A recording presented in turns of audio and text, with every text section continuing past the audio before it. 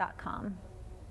And Alice ISD is reporting 11 positive cases of the coronavirus. This as the school year for the Coyotes is scheduled to begin remotely tomorrow morning. It was just last week the district tested 163 students and staff for COVID-19. Of those samples taken, 11 came back positive, 50 samples still pending. Anyone that tested positive had been, of course, notified, and obviously out of privacy, Alice ISD cannot release the names of any individuals or details. The district will also be conducting contact tracing to notify anyone who may have come into close contact with a positive patient.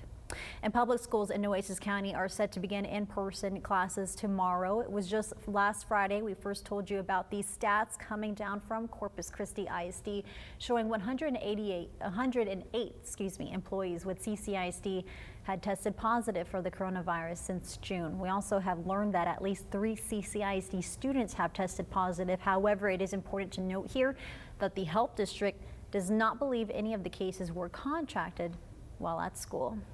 And the president of our local American Federation of Teachers Union believes that upwards of 150 teachers have decided to not return to the classroom because of the face-to-face class instruction that begins tomorrow. Nancy Vera tells 3 News that some of those teachers have taken FMLA while others have decided to resign or simply retire early. She and her union members are not in favor of students returning to the classroom. Well, resigned, gone on FMLA, or have had nervous breakdowns. I would say a total of about 100 to 150. Now we understand that CCISD Superintendent Dr. Roland Hernandez will be greeting students tomorrow morning outside of Luther Jones Elementary beginning at 7:30, and then we'll head over to Adkins Middle School at 8:30 to visit with students and their parents.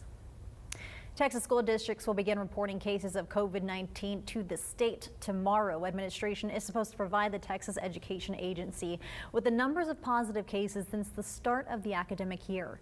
The Texas Department of State Health Services will publish cases by district at the end of this month. Districts will only have to report cases of COVID-19 that occurred on campus, not off campus.